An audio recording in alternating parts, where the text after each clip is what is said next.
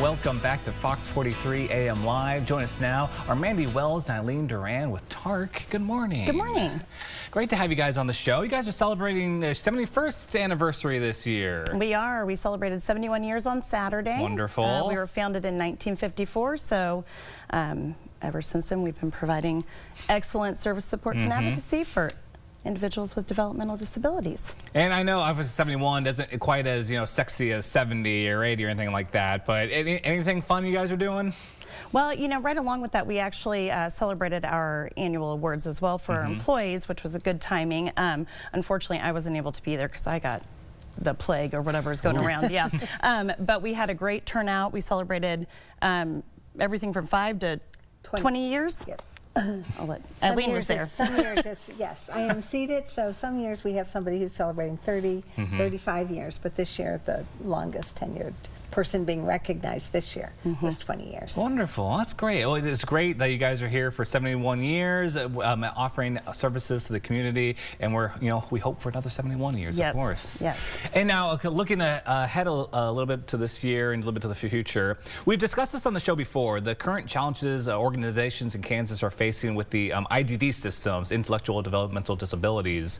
What has been kind of TARC's experience with some of the changes that have been proposed? Well, we've taken a very active role trying to educate our guardians, our persons who are in our services, extended family members, and staff, frankly, to understand what these proposed changes that the state has been proposing for the last several months, how that might impact their services so that they can take a more active role in speaking up and talking to their legislators. And what's the worry? It's kind of the speed of the changes is one of the big ones, right? That's right. I think that, we've sort of jokingly referred to it as everything everywhere all at once within the office, because the changes were proposed to impact almost every one of our service areas, and initially going into effect within just a span of about 6 months. Yeah. And that just really does not give programs adequate time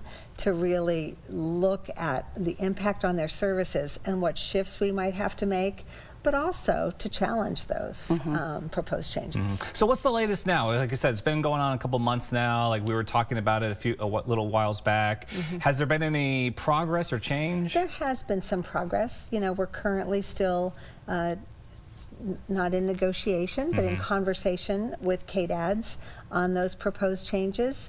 Our legislators have really stepped up and become well versed in these issues and the impact that they might have on the system, and have taken a more active role with respect to KDADs on these changes.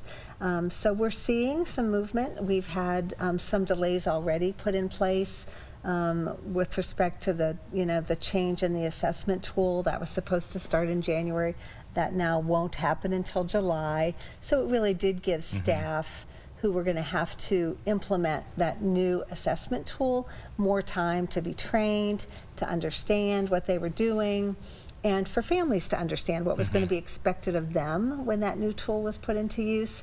We're still working on the proposed changes to our employment services. So that would have a really dramatic impact on a lot of individuals in our services. TARC has been in the employment services business for a long time with respect to assisting individuals with developmental disabilities find employment in the community, but also providing work opportunity for them at our work center. And one of the proposed changes was initially that individuals would be limited to no more than 6 months at one time, and then one additional 6-month period in those center-based work services over a 24-month period. So you're talking about 12-month period.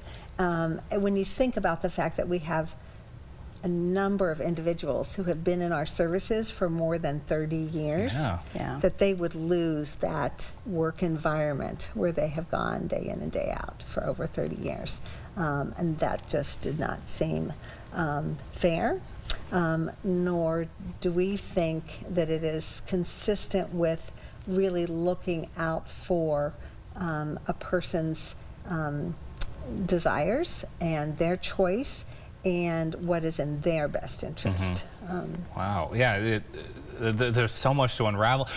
What's the best way for families to kind of maybe learn more about some of these changes and what they can do? You know, families are you know, we have put out, and I'm not certain if the Shawnee County CDDO has it on their website, but we have certainly shared with our families. The CDDO has shared with all of the providers in the Shawnee County community access to informational webinars that are put on every other week to find out what's the latest, where we are in these transitions, what changes have, you know, been pulled back, what changes are moving forward, so that they can learn more, and also to provide them with a tool to get access to their legislators' information so that they can make those phone calls, send those letters, and say, I have concerns. Regardless of whether you support it or you're opposed to it, it's important to let those legislators know where you stand on things. That's wonderful. Yeah, I think you're very right. Yes, if you have concerns about anything, you know, reach out to your legislators, reach out to your lawmakers, because I mean, clearly, as you've already discussed,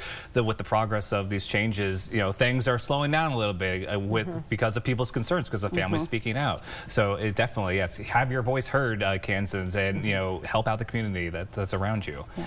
Well, thank you so much for joining us this morning, guys, and thank you for kind of informing us about what's the latest, what's going on. I hope to have you guys back on at some point. We can kind of keep the latest of what's happening. Sounds great. Thanks for having us. And of course, everyone, again, to learn more about TARC, you can visit tarcinc.org.